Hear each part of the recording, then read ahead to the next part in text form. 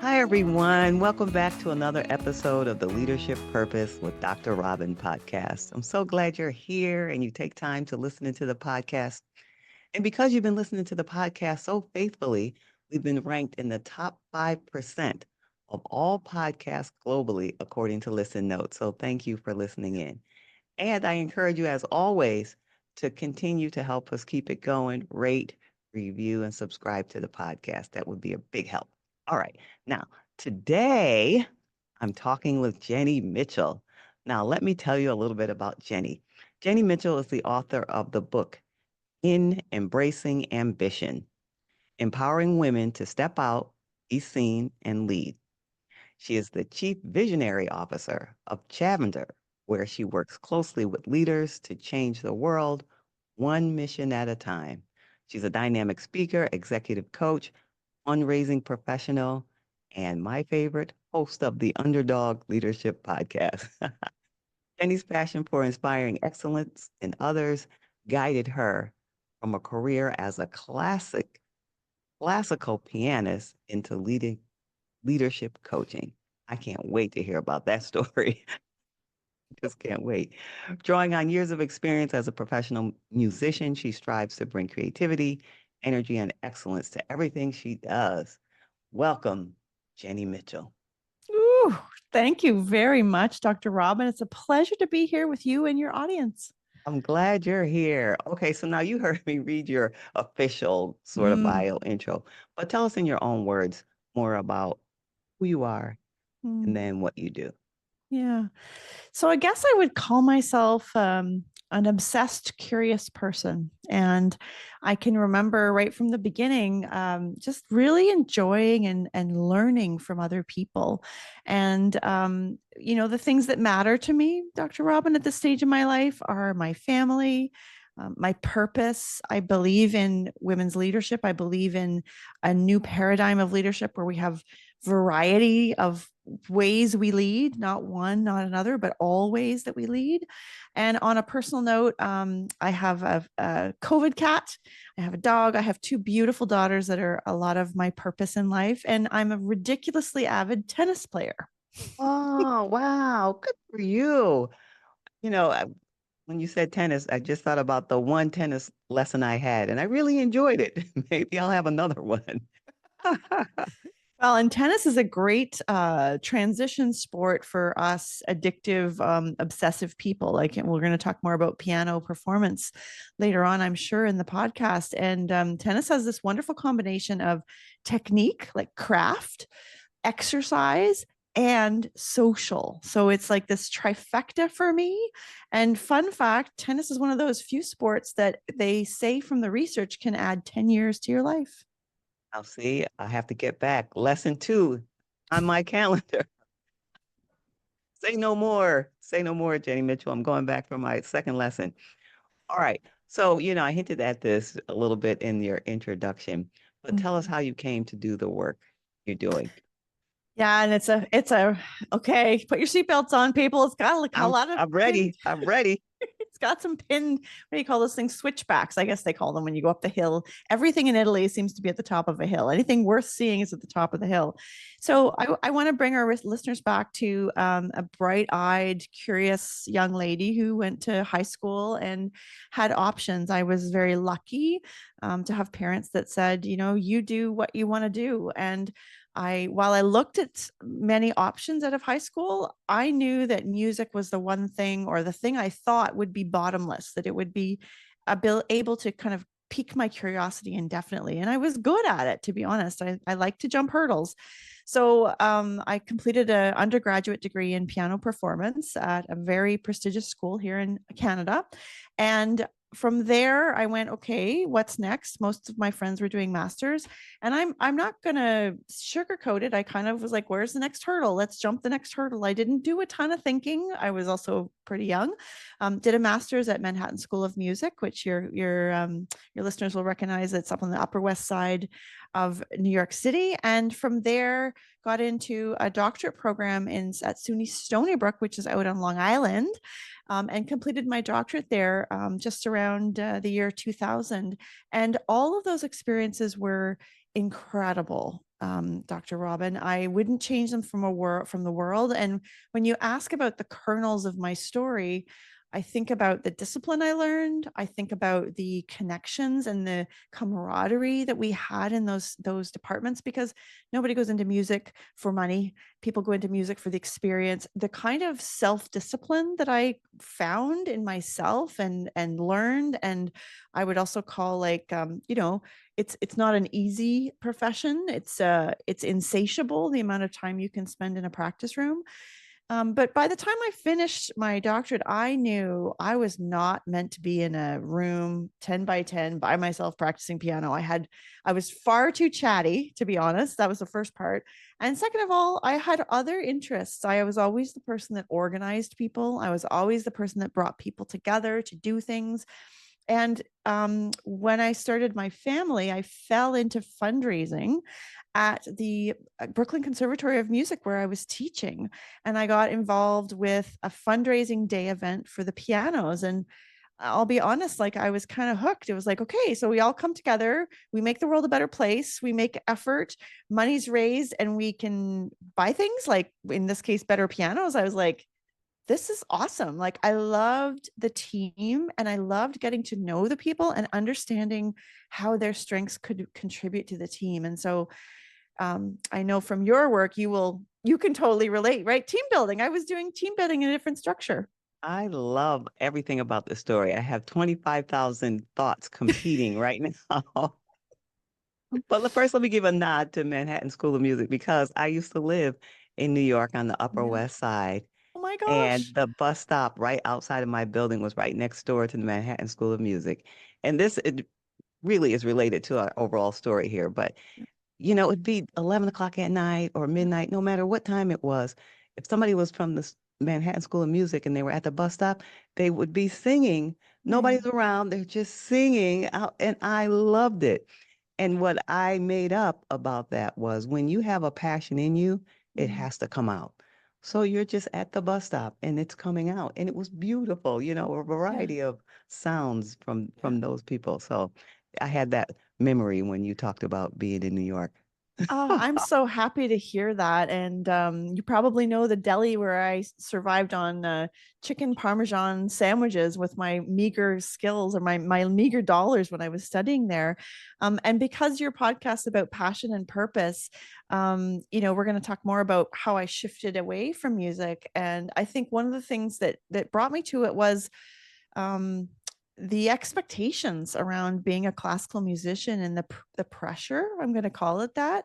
And that was self-imposed. I don't think anybody was really breathing down my neck. But I also realized that there were other things I wanted to do. So I think that's important for your listeners to hear, because I had this niggle that not so much is this all there is, but more like, what else is there? Or I was again very curious, and I'm grateful for the experience. I just think an arts degree is so, just any kind of arts degree, not just broaden it to help you understand how you think, how you critical think.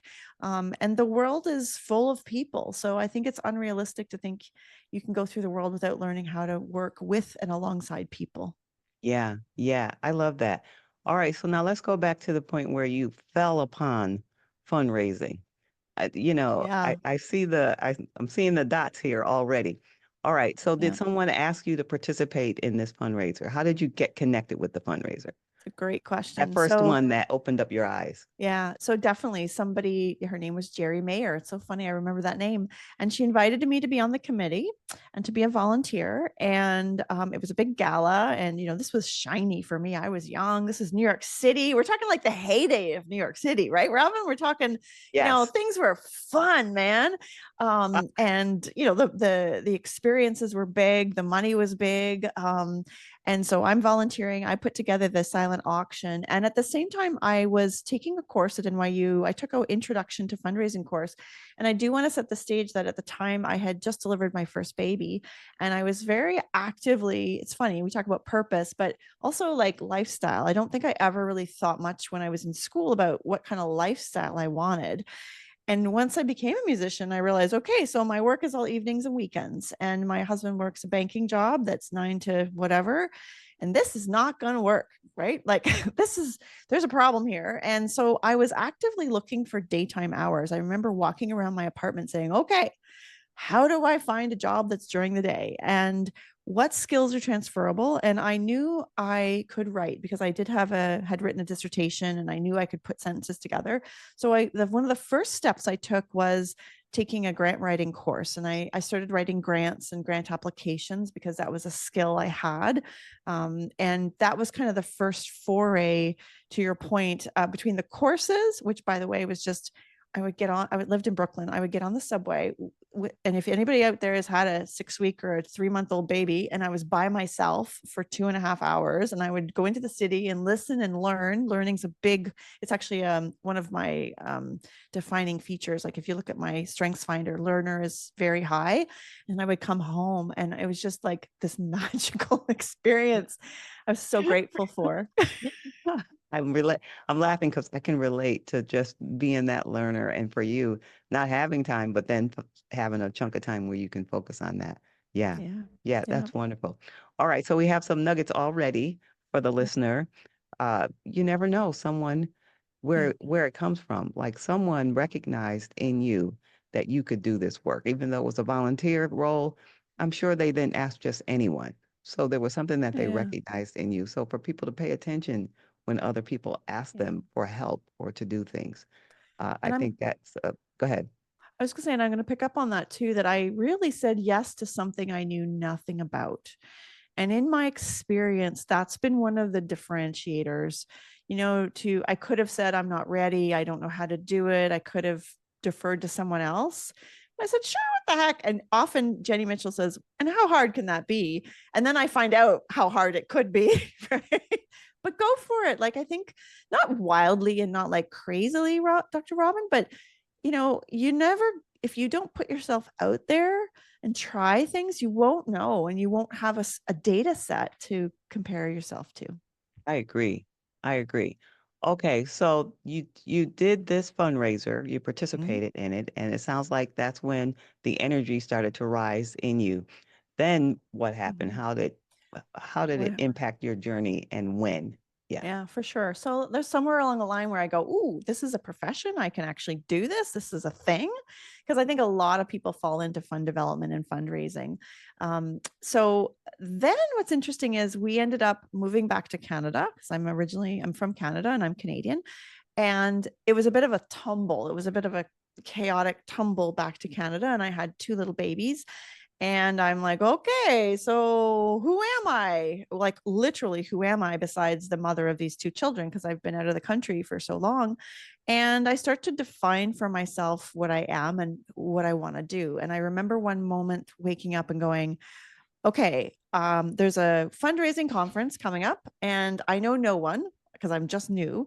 And I'm like, okay, I'm just going to go show up and I'm going to meet people. And I had this idea that I could work part time because the kids were pretty young. And so I basically went with the intention of I'm going to meet as many consultants as I can, and I'm going to find out if there's work for me. And with that intention, I actually met my mentor at that conference. I mean, was somebody looking out for me, or was my intention clear enough? Finding that purpose, that was the next step for me, because I didn't have my own network. And that relationship, I visited her this summer. I mean, we've been friends for over 20 years, and I visited her this summer at her house. She's traveled and whatever. So that's kind of a cool story too. Yeah, that's wonderful. But you took the initiative to say, I need to be around people. So that was a big step too, a bit of a risk to just step out Oh, into an unknown. and look, I didn't have many clothes. Like, I was like, what fits? Like shoes, like where are these things? It was and I remember thinking, it's time to build my community. It's a time to, I'm going to be here for a while, and I want to build a community of people, and people that I trust. It was very important to me. And so you said you were looking for people to work with as a consultant. You then saw yourself as a consultant at that point? Is that where we are in the So story? yeah, so where we are in the story is I couldn't get my head around a full-time job at the time. And um, I kept thinking, well, what do I want? And sometimes I think particularly with women, we pull away from what we actually want. We kind of minimize it, or we pretend it's not possible, or it's not possible for me. And we all have all these stories. And so I guess I went saying, well, if I had a magic wand, what I wanted was a 2-3 day a week job where I could work and the work would be meaningful and I could learn. And I remember that was really my main goal. And so I worked for other consultants. So I was like a subcontractor for other consultants.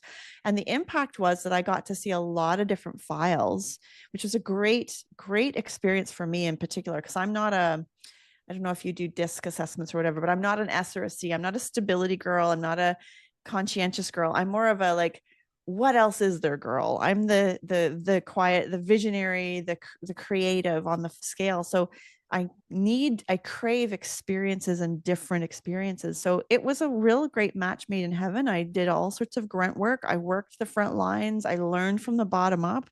Highly recommend it.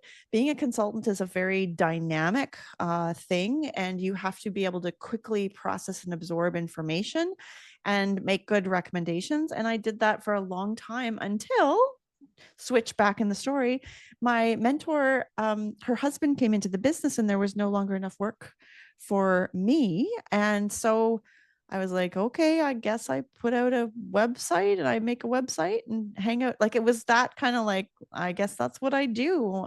And I did that with no knowledge. I had no logo, no nothing. I built it from scratch and said, let's see what happens.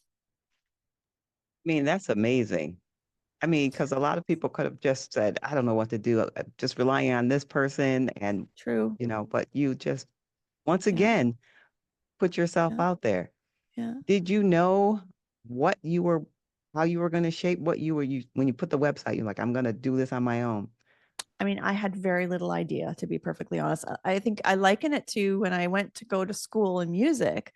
Who knows what a professional musician does all day, right? Like, we think about the career, we think about the degree, but we don't actually think about the lifestyle. And that's one of the advices I often give to younger folks is, think about not just the job that you'll do all day, but the kind of environment and the life. If you're going to be a chemical engineer, you're in our world, you're probably going to work out west in Canada, or you're going to work in certain areas of the country, and you're going to be on shift work, and you're going to be like, just trying to put into perspective the holistic approach to a choice rather than just a linear. So I knew I wanted my independence. And I think it's important for your listeners to know that my mother ran a small business. So I was seeped in that background, and my father was a sales rep. So I came by it honestly. A lot of folks say, oh my gosh, how did you become an entrepreneur? And I think it's just exposure. I mean, it takes a certain kind of that transition from corporate to entrepreneurship, which I've helped some women through. The advice is build up a war chest and bet on yourself. You can't go wrong. You can't go wrong. Okay. All right. So you bet on yourself I and did. you started your website and your business was born off and running. All right. So now fast forward to this Yeah. moment and we might go back. Yeah. Do you feel now that you are expressing your purpose? I so love that you asked me that, because sometimes it's hard to step off the roller coaster and take stock. So thank you for that opportunity. I was preparing sort of my notes. I finally feel like I am expressing my purpose and that I am truly in my groove. And how I know it, because I figured you were going to ask me that question too. How I know it is that my days don't feel, not that they don't feel stressful, but even if they're stressful, there's a reason and there's an intention behind it. I also feel like my unique skill set, not everybody wants to be a CEO, not everybody wants to be an entrepreneur, but my unique skill set is perfectly aligned with the work that I'm doing. I like, as a coach, an executive coach, I like getting to know people deeply. I care about important conversations. I respect people. When I heard and we can talk a little bit about switching from fundraising to coaching because it's actually quite simple. But when I did my first coaching certification, and I realized that the mantra or the approach was people are already whole, that we come to a coaching space with the understanding that person in front of us is already capable and whole and beautiful, and our job is to partner with them. I was like, that's what was missing from my music background, because the music was so hierarchical, Dr. Robin. It was do it this way, do it with this inflection, do it with this school of thought. And teachers and mentors were so put on pedestals. I think that was really one of the things that didn't jive for me in hindsight. But I couldn't have told you that until I took my first coaching experience. Makes sense. It makes sense. So you found the thing that suited who you are Yeah, well put. Yeah, well put. and share it as a mission. I've That's never a thought of it that way. So thank you. I mean, I know it feels good. That's the other one for your listeners. It just like, and we have to be careful as coaches. Like, I'm not here in the coaching business to make myself feel good, right? I'm here in the coaching business to help support someone through a journey that's not mine. I think a lot about that, especially because I'm a pleaser and I like to do things right and I like to make people happy. But being a coach is also asking tough questions and challenging people's narratives or stories that they might have about themselves or others. And I often will check in at the end of my day. Did I feel like I did more good than harm? Do I feel like I made a difference today? And I do. Most days I feel like I can hang my hat on that, and that is becoming enough for me. And the not-for-profit world, the way I thought I would contribute, which was fund development and raising money, it's I always found the raising money was great. I was happy with that, but that I always came back to the people. I always connected the most with the people. And I actually switched into coaching because the money wasn't enough. I wanted to help the people change and the people adapt. And the people, if we worked with them and supported them, they could raise the money. yes. Yes. I see how it all flows together. Now, what is there any part of little Jenny, Mm, whenever you were little Jenny, do you see any part of her showing up in the what you're doing these mm, days? yeah. So little Jenny, you ask good questions. Thank you for that. you know, Little Jenny was busy. Like, she didn't want to stop to eat. She was full of ideas. I think back on it. She was resourceful. She was very curious. I would say that one of the things that happened with little Jenny was the world happened. And so little Jenny gets a layer and another layer and another layer, and she learns how to conform in the world. And I hope your listeners can see themselves in this journey. We survive. I'm a survivor. We add these components on top of ourselves to live and survive and exist and coexist. And the beautiful part about getting older is you start throwing off those layers. You're like, I don't need that coat. I don't need that costume. I don't need that anymore.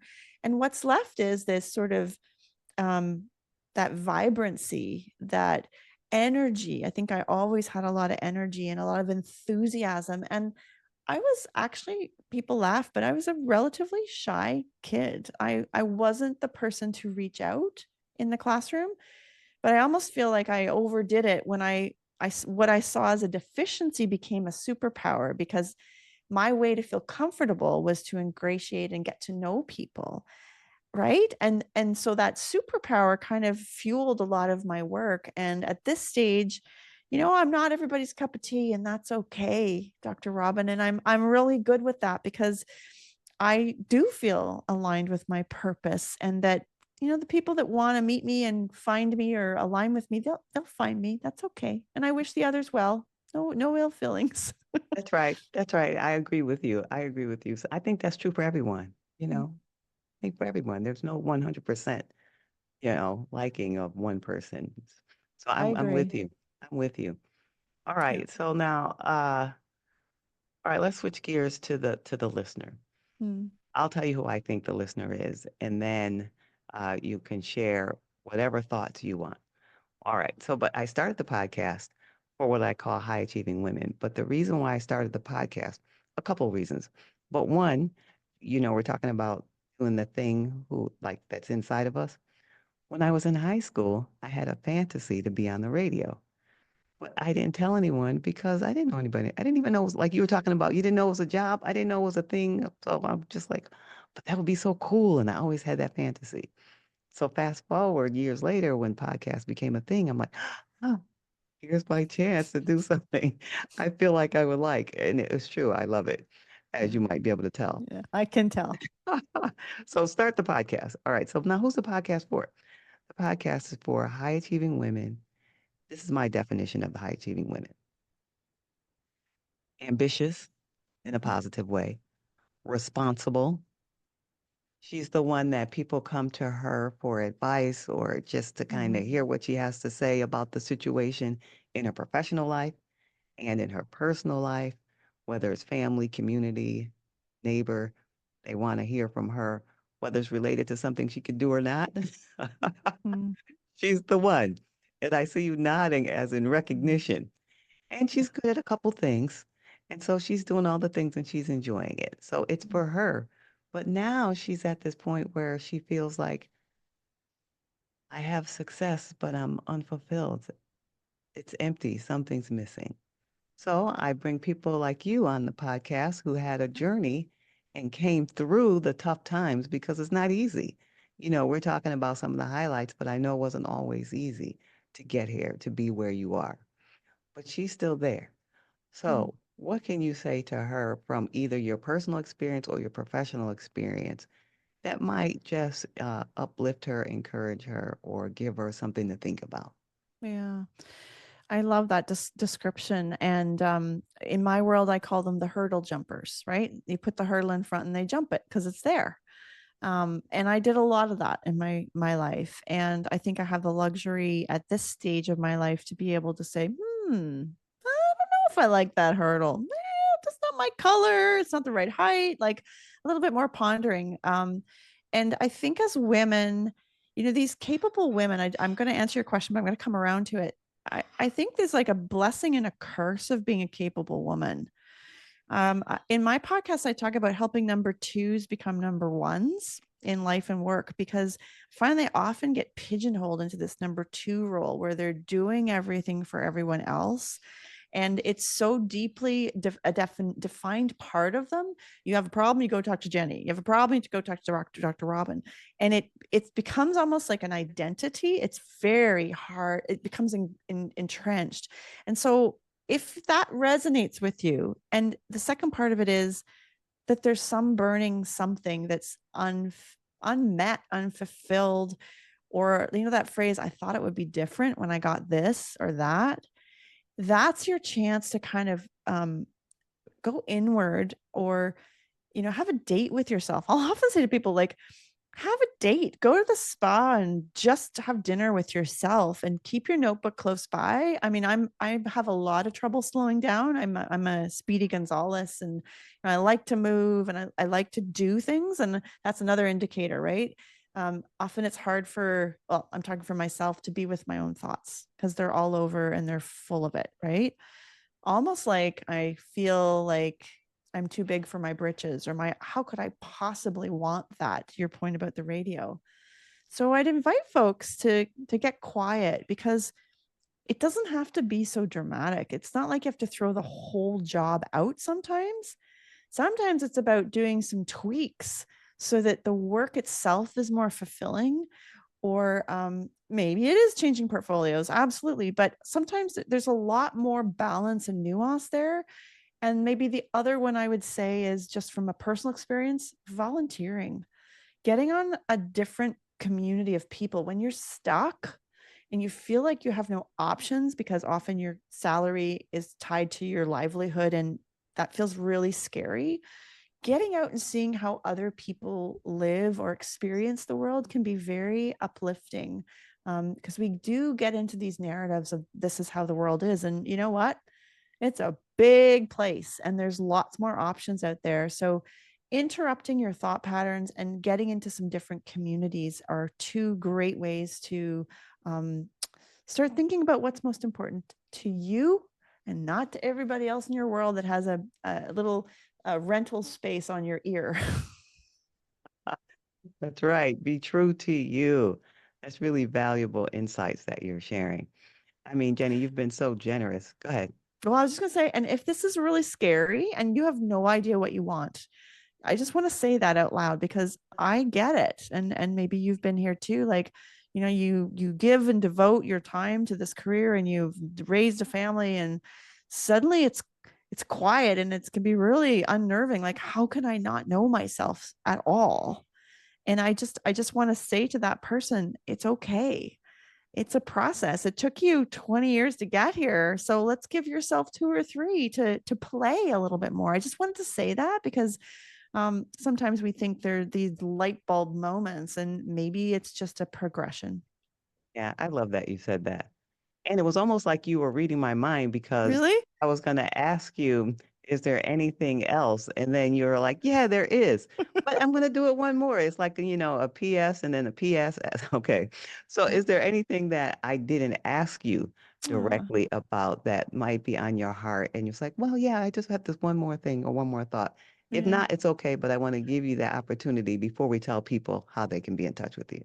Oh, I love this. I believe that we are almost always so much stronger, braver, more creative, more curious, more inspiring, and more capable than we give ourselves credit for.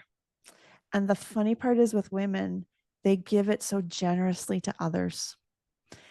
And so my invitation is I'm getting goosebumps. Ooh, that they turn even just a tenth of that on themselves and believe and trust in themselves because we are so much more capable than we give ourselves credit for. I'm glad I opened up the door for that one. I felt it too as you were feeling it. I felt it. Now, for those who are like, oh, I want to hear more. I want to hear more. How can they be in touch with you? My pleasure. So my website is chavender.com, which is Chavender like lavender, spelled like lavender. You can also find me on LinkedIn, Jenny Mitchell, but I will say there's a lot of Jenny Mitchells. So you may want to look for Chavender instead. And I guess I would just really encourage folks to hop over to the podcast too if you enjoyed our conversation, Underdog Leadership. And the reason I called it Underdog Leadership, Dr. Robin, just to set it up, is I really believe that this change that's happening in the world, this new, it's not new paradigm of leadership, but just different paradigm of leadership. I believe folks that have been dismissed or left for number twos or pigeonholed because of the experiences they've had, they're perfectly positioned to lead in this new world. And I want to be somebody who elevates those voices. And I'm sure you are doing that over and over again in all you do. So thank you Thank for you. your work and for being here. Thank you for the opportunity, and thanks everyone for listening. Been a joy. Okay, everyone, I'd love to hear your response to this episode, any comments you have, or just follow me on LinkedIn because I just want to see what you're up to and you could see what we're up to here. I'm mostly on LinkedIn, but all the social media at Robin L. Owens, PhD, at Robin L. Owens, PhD. And until next time, this is Dr. Robin.